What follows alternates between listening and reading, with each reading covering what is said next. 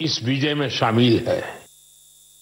इस अभियान के बाद पूरे देश में वोकल फॉर लोकल को लेकर एक नई ऊर्जा दिख रही है।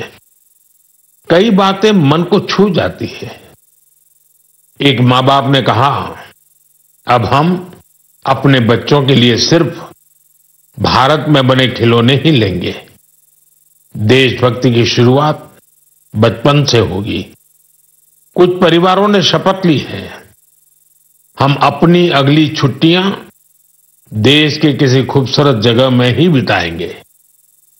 कई युवाओं ने मेड इन इंडिया का संकल्प लिया है, वो देश में ही शादी करेंगे। किसी ने यह भी कहा है, अब जो भी गिफ्ट देंगे वह किसी भारतीय शिल्पकार के हाथों से बना होगा। साथियों, यही तो है भारत की असली ताकत, जन मन का जुड़ाव, जन भागीदारी।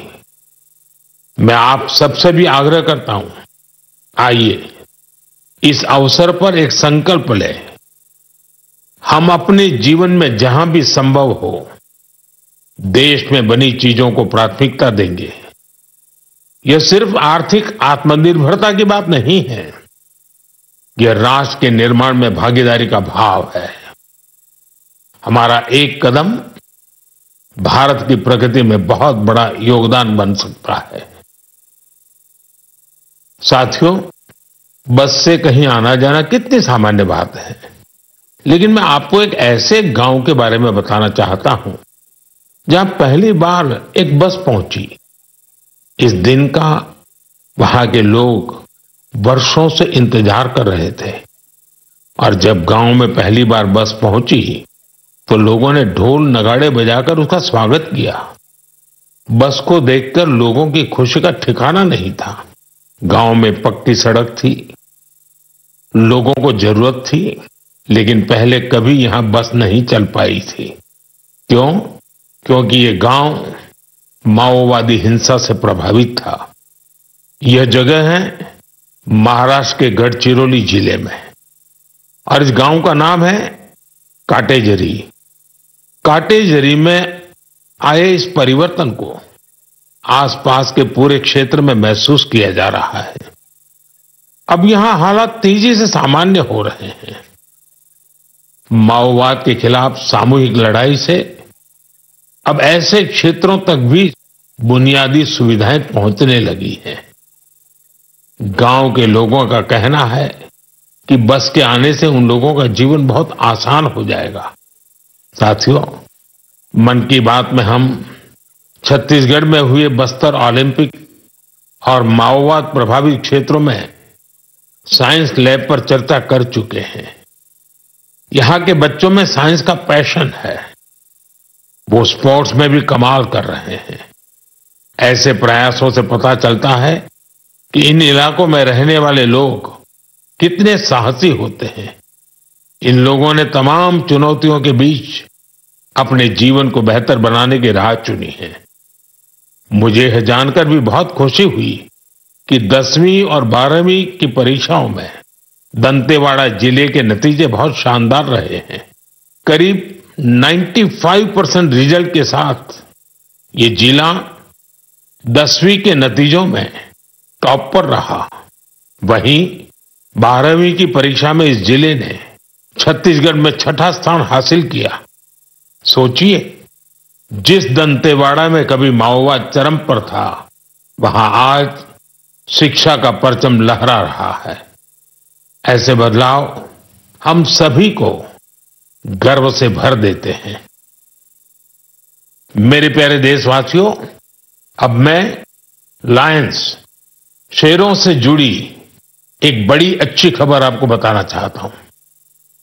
पिछले केवल 5 वर्षों में गुजरात के गीर में शेरों की आबादी 674 से बढ़कर 891 हो गई है। 674 से 891। लायन सेंसस के बाद सामने आई शेरों की ये संख्या बहुत उत्साहित करने वाली है। साथियों, आप में से बहुत से लोग यह जानना चाह रहे होंगे कि आखिर ये एनिमल सेंसस होती कैसे हैं। ये एक्सरसाइज बहुत ही चुनौतीपूर्ण है। आपको यह जानकर हैरानी होगी कि लायन सेंसस 11 जिलों में 35,000 वर्ग किलोमीटर के दायरे में की गई थी। सेंसस के लिए टीमों ने राउंड द क्लॉक यानी 2400 घंटे इन क्षेत्रों की निगरानी की। इस पूरे अभियान में वेरिफिकेशन और क्रॉस वेरिफिकेशन दोनों किए गए। इससे पूरी बारीकी से शेरों की गिनती का काम पूरा हो सका। साथियों, एशियाटिक लायन की आबादी में बढ़ोतरी ये दिखाती है कि जब समाज में ओनरशिप का भाव मजबूत होता है तो कैसे शानदार नतीजे आते हैं। कुछ दशक पहले गिर में हालात बहुत चैलेंजिंग थे, लेकिन वहां के लोगों ने मिलकर बदलाव लाने का बीड़ा उठाया। वहां लेटेस्ट टेक्नोलॉजी के साथ ही ग्लोबल बेस्ट प्रैक्टिसेस को भी अपनाया गया। इसी दौरान गुजरात ऐसा पहला राज्य बना जहां बड़े पैमाने पर फॉरेस्ट ऑफिसर के पद पर महिलाओं की तैनाती की गई। आज हम जो नतीजे देख रहे हैं उसमें इन सभी का योगदान है। वाइल्ड लाइफ प्रोटेक्शन के लिए हमें ऐसे ही हमेशा जागरूक और सतर्क रहना होगा। मेरे प्यारे देशवासियों, 2-3 दिन पहले ही मैं पहली राइजिंग नॉर्थ ईस्ट समिट में गया था।